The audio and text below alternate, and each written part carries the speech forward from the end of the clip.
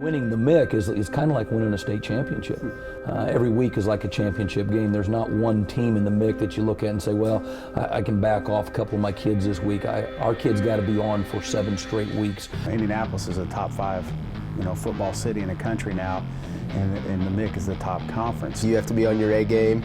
You have to have great preparation, great conditioning, and then you've got to perform. There's not a week off. There's not an opponent that isn't capable of beating anyone else in the conference. It's filled with great size and great speed and excellent football players. The majority of the Division I football players that get recruited in the state of Indiana come from the MIC conference. So I'm very proud to be a part of that conference, and it's fun to compete in that conference. You can't labor too long looking at weeks past because you've got the next challenge right in front of you. Do you want to play lesser competition and win games and know you're going to win games, or do you want to put your kids on a big stage in order for them to be successful down the road?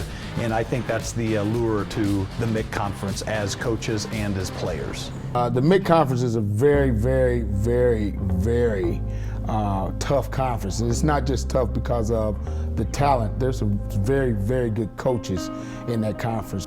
Well, MIC's been compared to the SEC of college football. Every week is a challenge for us. I believe it to be top to bottom, probably the strongest competition, maybe possibly in the country. The lights are on.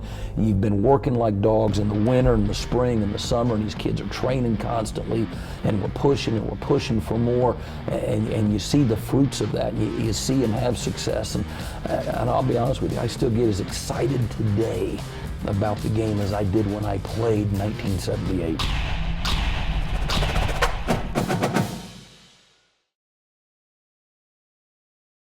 If I can give the kids all the tools they need to make themselves successful, if they can make each one of themselves successful, then we're going to be successful as a team.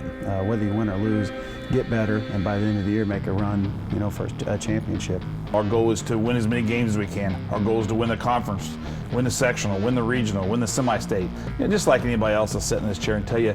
But the big thing is we want to compete. We want to, no matter what happens, we want to compete. We have a motto of win the day, so we don't necessarily look too far ahead. We want to take day by day, get better each day, and then if we can take care of that, then the season, will tell the tale. Well, the expectations of Ben Davis that were set many years ago by Coach Delahan and haven't changed is anything less than the state is kind of a bad year for us, and that's the expectation. We were fortunate enough to get back there last year and to put another championship on the banners, and that's our goal again this year. Doing things the right way and understanding our values and trying to live up to those, and then going out on Friday nights and playing as hard and as true to our game plan as we can. Expectation-wise, we want to be the best we can be at the end of the season. We want to progress as the season goes and improve and get better and better each week. And hopefully at the end, we're all still standing and we can make a deep run in the tournament. It's like everybody else. You sit down and you say, hey, we're gonna win a state championship. That is obviously the expectation when you line up. What I want us to do is go out and play hard every week, have some fun, and let the chips fall where they may.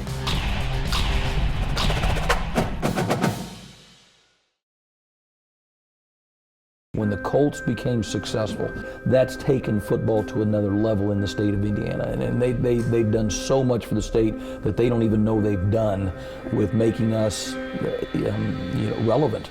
Friday really is the result of our hard work. It's not the pressure on us, the pressure is on Sunday and Monday and Tuesday to be prepared so that on Friday we're ready to act decisively and trust our instincts. Our whole community's bought in. Our game day, from the custodians to the administration, everybody's buzzing, everybody's around. Our facilities are amazing. People come from very far away just to come back and support the Warrior Nation, and it's a really cool experience. Sometimes it might be a little bit of a party in the locker room.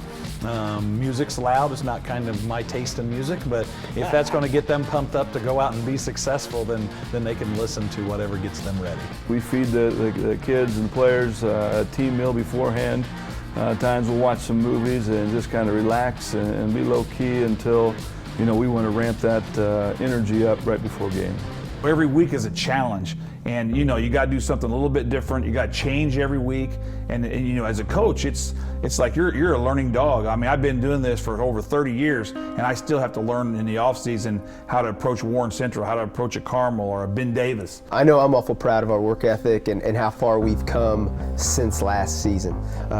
You know, hopefully we can continue that, and our seniors can develop into the leaders that I think they are, and they can take us to accomplish our goals.